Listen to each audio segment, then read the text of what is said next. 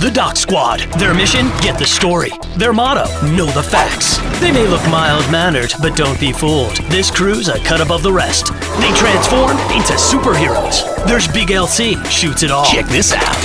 Soundhound, records it all. Hear this. Johnny Backdrop, any background, anytime. Yo. Hyper G, faster than a speeding cab. Awesome! And Dr. D, the brains behind it all. Focus your mind. Together, they're the Doc Squad. In today's episode, our team winds its way through the busy city streets to capture an interview of comic proportions. Cartoonist Doubleday Action has agreed to an interview. Education activation. Yeah. Hey, where's Hyper G? Big LC, she's super fast. The truck moves too slow for her. Whoa! Johnny B, no! No! One of the squad is headed for a tumble. His only rescue is Hyper G and her amazing speed. But can she catch him in time? How fast will she need to go to save the day? Yo, Dr. D, what are we gonna do, man? This is a crunch. Actually, it's a number crunch. To help Johnny B in this situation, we'll need a function. You're talking about the formula H equals negative 16, t squared, plus V 0 times t, plus H 0. Precisely. It helps us figure out how long it will take for Johnny B to reach the ground. Here are the terms. H is the height we hope Johnny B doesn't end up at, or 0 feet. V sub 0 is the initial velocity, or 0, as he wasn't moving until he fell out the window.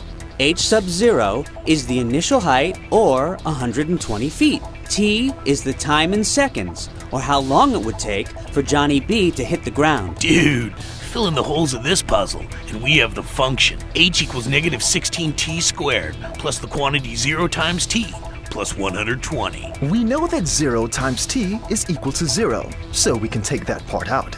Because it's a function, there is one value of h for every t, or one height for every amount of time Johnny B could fall. With this info, we can determine the number of seconds, t, it would take for Johnny B to hit the ground. But there's more to it than that. We need to use the formula distance equals rate times time, or D equals RT, to show how long it'll take Hyper G to reach Johnny B before he hits the ground. Oh, I know the terms on that one. D is the distance she has to run. R is a rate of speed, which we know is 225 miles per hour. T is the time it'll take her to reach Johnny B, or what we need to know. Fill in the holes of this puzzle, and we have the function d equals 225t. Because this is a function, there is one value of d for every t, or one distance for every amount of time that Hyper G could take to reach Johnny B. Knowing the distance is 500 feet, we can now determine how many seconds it'll take Hyper G to reach Johnny B. Can you figure out the time it will take our speedy Hyper G to save Johnny B? It seems possible, except you're missing something. One last piece to the puzzle. Johnny's distance is in feet, and his time is in seconds. But Hyper G's speed is in miles per hour. We must convert miles per hour to feet per second to match our other units. Who is that talking?